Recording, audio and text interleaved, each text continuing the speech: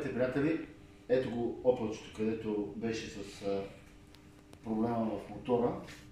Вече е в сглобено състояние, всичко му е накичено и предстои палене, да се прекръстим всичко да е наред.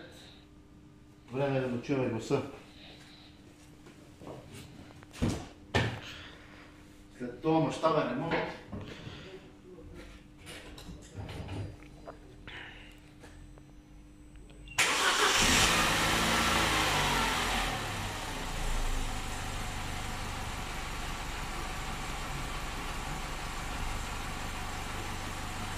мога да дойде да покажеш. Така работи моторчето. Докараха ни го на 2 цилиндъра, без никаква компресия. Айде, матумче, ти си! Край! Викай попа! В момента работи перфектно.